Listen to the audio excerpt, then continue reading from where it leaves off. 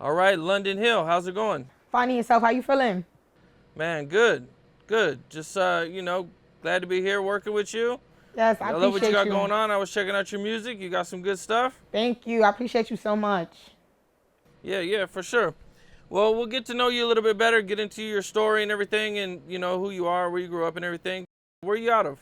I'm from the Bronx, New York. But like White Plains Road though, like 214 and White Plains Road, like Little Jamaica. That's like a little Caribbean area. Okay. It was a Caribbean area you grew up in. Yeah, definitely. What was that like for you? It was very gritty and raw. In my time when I was growing up, I'm outside in the park with my friends partying. I think we was ahead of our time, like growing up. You know what I'm saying? But it was definitely like gritty stomping grounds. Like, you know what I'm saying? Still has to be cautious. A lot of gang violence. Um, you know what I'm saying? So, Were you rapping at this time? I was not rapping at this time. And so growing up in that environment, and you said it was Caribbean, so what kind of gangs was it? Um, I don't want to mention the whole. You know what I'm saying? But it was just bad stomping grounds. Okay. Yeah, All right. And do you have any brothers and sisters? I do. I have two sisters and two brothers. Okay. And what was high school like for you? High school, like I wasn't really too much into school. I was pregnant when I was going to school. So like, probably up to like 7 months. I was in the 11th grade. I dropped out of high school, like 11th grade. Like, I got to my 7 month of my pregnancy and I couldn't do it no more. I just stopped going to school. And I just started to get money. Okay. And so you dropped out because you were pregnant? Yeah, because I was pregnant and it was just too much for me at the moment. I never thought of going back. I probably would one day to get my situation, but I never thought of going back. What was high school like for you when you were there? I mean, you were there from the ninth, 10th grade? Um, it wasn't hard. Like, it wasn't hard at all. Like, I was just a kid that I went to class. Some days I wasn't in class. You know what I'm saying? It wasn't hard. I just got my work done and got up out of there. It wasn't too much. But as I got pregnant and I started like getting like closer to my due date, it was just getting like too much for me. Like, I was like, nah, I can't. Were you partying in high school? All the time. Okay, what's a party like in the Bronx in high school? We was going to parties where they was dropping from the ceiling, splitting down on the floor, head tops, and all types of stuff. Like, you know what I'm saying? Like, a lot of house parties in the projects, backyards. You know, that old house party vibe. Like, it was crazy growing up. It was fun though. What's your craziest time at a party? I used to be in this girl group called KB, and we was like dancehall dancers. I used to make the outfits for the girl group, whatever, and we would like make up dances before we go to parties, and we would all like do performances at these parties. You know what I'm saying? And it was dope. It was fun. So dancing was something you always did. Yeah, I was into dancing. Was that a big thing at these parties? A lot of people dance? It was. It was entertaining for others. You know what I'm saying? So, and we trying to get our name out there at the moment, and it was just organic. It was like an organic thing. Like, every party we'll go to and they invite us to or we'll host, they knew that we was going to come and shut it down. You know what I'm saying? They knew we was going to come and be extra, or, you know what I'm saying? We always rolled out deep. It was like 6 of us, 7 of us, if I remember. We always was rolling out deep, going crazy. Growing up in the projects, I mean, being so rough and everything, what was it like with your family? Were both your parents there? No, it was just my mom. Like, after I left the Bronx, that's where I got my name from, Project Princess. After I left the Bronx, it was just my mom. So my mom was taking care of me and my sister and my brothers. So we was in the projects for a minute. Growing up in the projects, is probably pretty tough, going through a lot, and it's just you and your mom now. What's that like for you at that point? Regular project stuff like rats, roaches, the less fortunate, it's like a lot going on out there. Fiends, but it's an experience, you know what I'm saying? And I don't look at it as bad. It just motivates me more to grind more, to want to get out of that situation, you know what I'm saying? So it's a life lesson, and I appreciate that step of life of being in projects. Is that where you feel like you get a lot of your motivation from? Definitely. I call it the pink room. That's my room. That's where I write most of my music. That's where I come up with most of my ideas and just like isolate myself. What age did you start rapping? 2 years ago. I started rapping probably like at 23. Oh, a little later in life. So you weren't rapping as a kid. No, I wasn't rapping as a kid. I was singing. I was singing as a kid, but I was just doing like covers. You know what I'm saying? Like playing around. And why'd you decide at 23 to start taking it serious? I always liked how my voice sounded. And one day I was like, you know what? Let me just go in the studio and try it. My first rap, it was horrible, but it wasn't that horrible, but it was horrible. Like, it was whack. You know what I'm saying? I'm like, now my voice actually sounds good. And once I got in the booth, I just motivated myself and I kept consistent with it. I just started perfecting it and I started going crazier. I started testing out different sounds. And now I finally found my sound. I'm sticking to my sound that I like right now.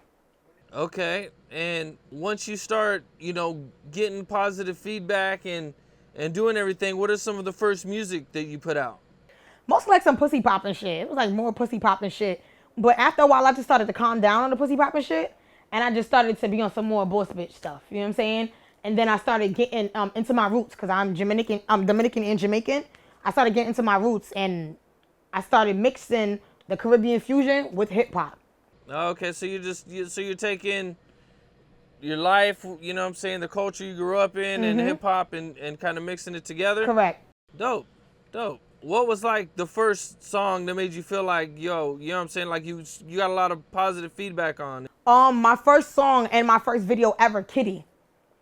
Everybody was rocking with it. They loved the video. I had booked out the whole movie theater and I premiered my video in there. Not signed to nobody, independent, everything. I premiered the video in there. I had like over 70 people in there. And it was dope. And we watched the video more than one time. Like that video was so fire. I put a lot of energy into that video. That was my first video ever. Now, as you're grinding on your music and you're going through all this, you're gonna need money. Oh, Did definitely. you ever have a job or anything? Definitely, it's expensive. I get my coin. Not gonna say how. Just know I don't sell no cooch, but I get my coin. Okay. You never had a regular job though? I used to be a construction worker, so most of the time that was funding my rap career. Really, a construction worker? Hell yeah.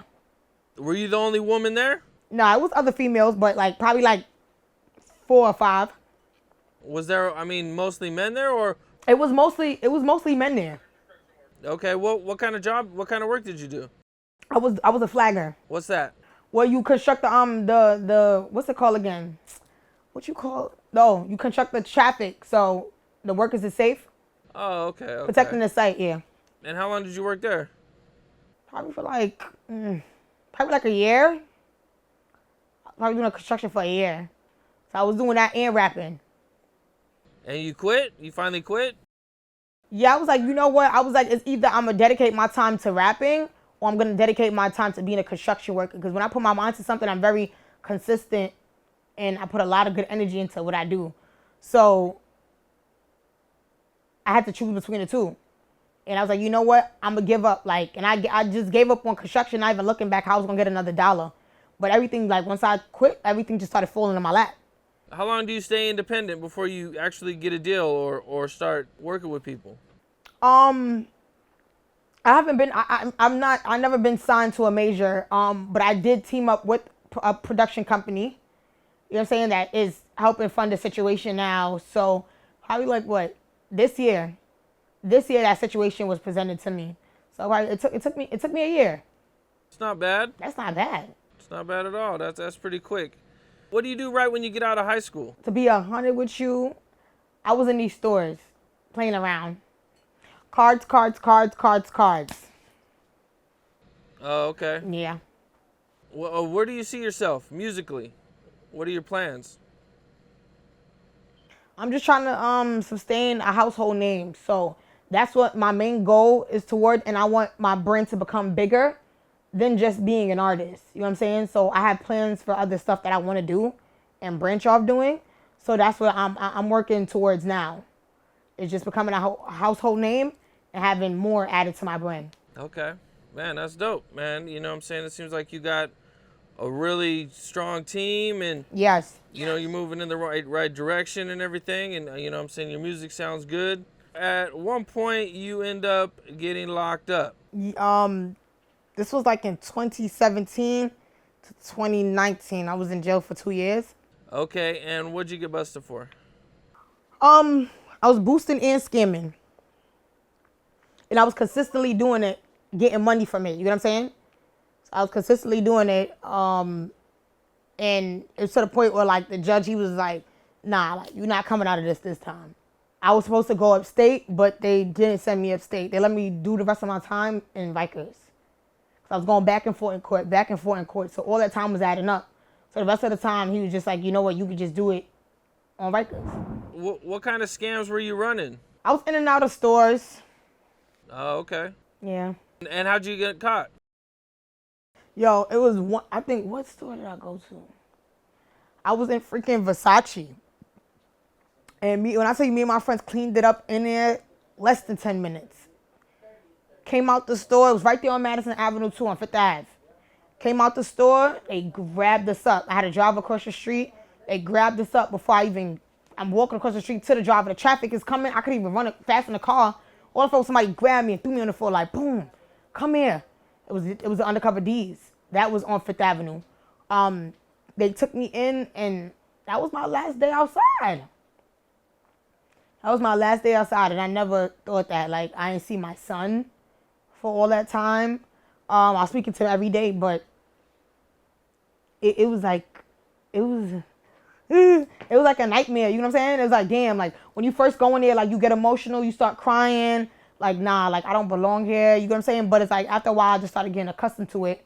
I was oppressed. I started taking medication in there, like anxiety medication and depression medication. You know what I'm saying? To make my time go by. I was just like sleeping it out. Eventually I had got a job inside jail. I was doing what I was doing, sanitation. So just to even make me move around and shit like that, so I don't have to, you know what I'm saying, be just sitting down inside my dorm depressed.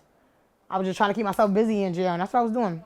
Was that your first time being caught doing anything? That wasn't my first time getting caught, but that was actually my first time going inside somebody's jail place now and actually doing time.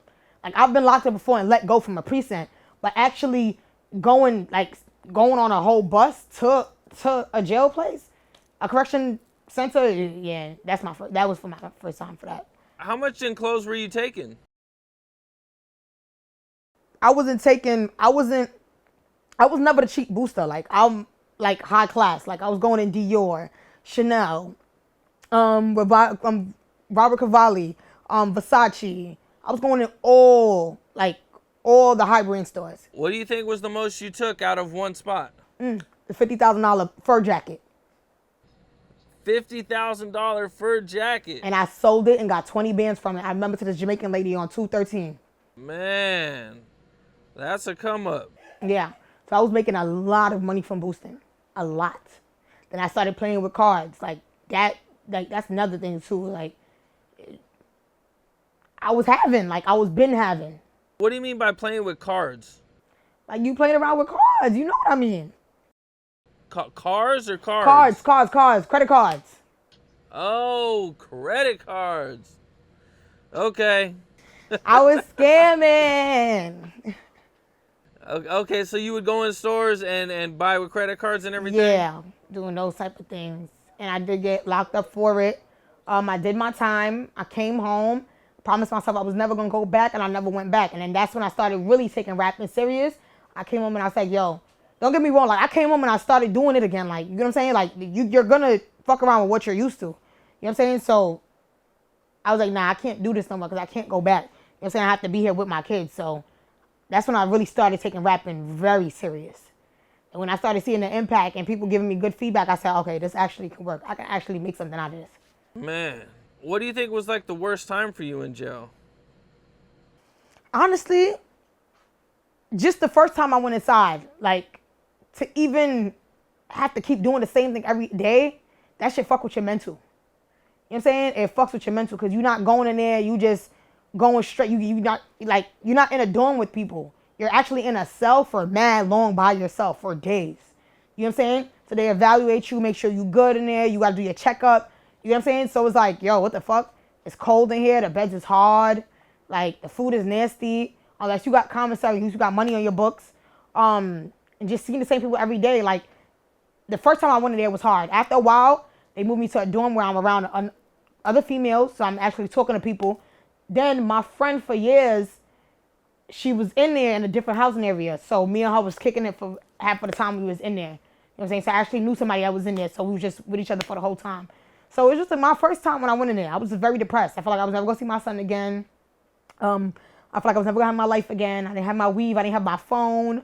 I couldn't look pretty. It was not what I was used to. You know what I'm saying? So it was just definitely my first time going in there. After a while, I adapted and I was fine. Came home. It's like a getaway school, but you just being told what to do every day. It still feel like you in the streets, but it's just like a getaway school. Going through that, and you finally get out of jail, and you go straight into music. Yeah, I did. How come you got 2 years just for boosting? Yo, honestly, it's not. But they wasn't so lenient. If you're gonna keep doing something over and over and over, and like, you know what I'm saying? Like, I was getting caught. Like, I'm not gonna lie. Like, I had a good run. Like, you know, you have a good run with something and you're not getting caught. Everything is Gucci. You keep going, you keep going, you keep going. It was to a point where I was getting caught numerous times. Mad open cases. So, you know, eventually they put everything together. And it's like, okay, well, you're going to give me this amount of time for all these cases. I see. Okay. So it's because they caught you so many times. Numerous times. Okay. You get out of jail, you go straight to work, hitting this music hard, and things start to go for you. What's the first music video you shoot? It's called Kitty. It was a video called Kitty. Who are your influences? My influencers, B.I.G., Nicki Minaj, Foxy Brown, Lauryn Hill. I love Khalees. Those are my main ones right now. Okay, so you grew up on like kind of traditional type of hip hop style. And in my reggae too, like Vybz Kartel, Spice, Lady Soul, like those are mostly, you know what I'm saying? I grew up on that slack stuff, so, you know, we get crazy in yard. Yeah, because your music is really good. It's Thank you. Because I'm from that era. Like, I mean, I listen to the trap and the drill and stuff, but my you know, era is from like the Biggie, you know, and you actually got that flavor, but for the modern era. Yes, you know? That's what I try to do. I try to mix that old sauce into the new sauce and bring both that cadence together so everybody will feel it. You know what I'm saying? So when they hear my music, y'all gonna feel that 90s dancehall / hip hop and the classic sounds of, you know what I'm saying, New York. You're gonna get that grittiness out of me. So that's what I try to do with my music. Would you ever do like drill type music? I do drill music too. But when I do my drill music, I mix the Caribbean inside of it. So I'm doing drill and Caribbean together. Oh, that's dope. I'm gonna have to check that out. Yeah, you gotta hear it. It's fire. Respect. Listen to Respect. It's a song I got called Respect. Respect. Fire. And Biggie got a song called Respect too. He do? Yeah. I love him. I love his whole flow, his tone, everything. Like, he was a good storyteller to me. You know what I'm saying? And he was Jamaican, so, yeah. You said you're Jamaican and Dominican. Do you speak Spanish? No, I understand it a little bit. What advice would you give young girls? Because technically you would consider, what you say, a teen mom. Yeah. So what advice would you give young teen moms who have had to resort to hustling to make ends meet for their child, and then, you know, eventually be put in the situation that you were where you're away from them? Like, what advice would you give them? So the advice that I would give young girls, if they was in the situation that I was in, you have to, first you got to control your mind. And that takes a minute to control your mind and your thoughts. You know what I'm saying? You got to be strong at that moment. You can't lose yourself. Like, that's one thing I never did. I never lost myself. You know what I'm saying? So I understood the situation I was in. I understand what I did. And the only thing I was thinking about in jail was how to fix it and get my life back. So when I came home, it was straight, okay, well, now you have to do something that's going to get you money, that's going to keep you out of jail. And I chose music. Now that you're elevating and your popularity is increasing, obviously, you know, when you become a celebrity, there are all these different people like to Google people in their past history. And your son is of age where he can understand certain he knows his mother's a bad girl. He know. That's my dog. He know. You know what I'm saying? He know Like, he know I'm a tuggy. Like, he know what's going on. You know what I'm saying? But I just want to show him better. I want him to grow up and better and have better. So that's what I try to do. I just try to give him everything. I do regret certain things that I've done. Which is one that's been most impactful on your life? Like, Just mostly the incarceration, because I feel like that's time I can't get back. So that could have been time of me growing Millie. That could have been time of me doing mad shit with my life. You know what I'm saying? So I can't get that back. So it's that. do you ever see yourself, because you do have such a strong Jamaican upbringing, do you ever see yourself giving back to your island or like possibly doing something? Me giving back to my island, definitely. Like, I think it would be dope if I go down there and we could do the computers, we could do the clothes, we could do the money, we could do the food. You know what I'm saying? I would definitely want to do that for sure. That's dope. What's the best way to describe your sound? What differentiates you from the other upcoming female rappers coming out of New York? I just said that to him. I actually mix my Caribbean fusion with hip hop, so that separates me from the rest. How I'm doing, Ken Capone? I'm lit like you. Who's your dream collaboration? My dream collaboration, I need one with Nicki. There's no way. Like, I need one with Nicki Minaj, and I need one with Lauryn Hill. Them two for right now. Definitely them two for right now. I need. When was the first time you fell in love with hip hop? My first time. Damn, I don't know. When I fell in love with hip hop, it's a minute ago. I think when I came out my mom boom boom, like when I came out my mother crotch, like, you know what I'm saying? Like, as I became a teen, like, yeah, I grew up under like the Nicki era, the 2000 era, the Sean Pauls, and the, you know what I'm saying? Yeah, so around those times. Who are your favorite artists coming out of the Bronx right now, aside from yourself? Out of the Bronx. I don't really listen to much people in the Bronx. Free Zico Nico. He's dope as shit. There's a kid called B Love. He's dope. He's really, really good. Shout out Nah Books. My bro Nah Books, he's really good too in the Bronx. Make sure y'all look at him. You know who got some good ass energy? That boy named D Thing. The boy named D Thing. I like the dances and stuff they be doing every. That shit is dope. I like the energy they bring, so it's definitely dope. So done for right now. As far as I know you normally work with Billionaire. Mm-hmm. That's your number one producer. Right. Does everything for you. What are some big like producers that you wouldn't mind? Celebrity producers, like the bigger producers that I want to work with. Definitely I want something from Hitmaker. I want something from London on the Track. And who else? Who else got a great sound? Just them two for right now. Them two for right now. No. What's that one Vibe Cartel always work with from back in the day? You know what I'm talking about? Light skin. Russian.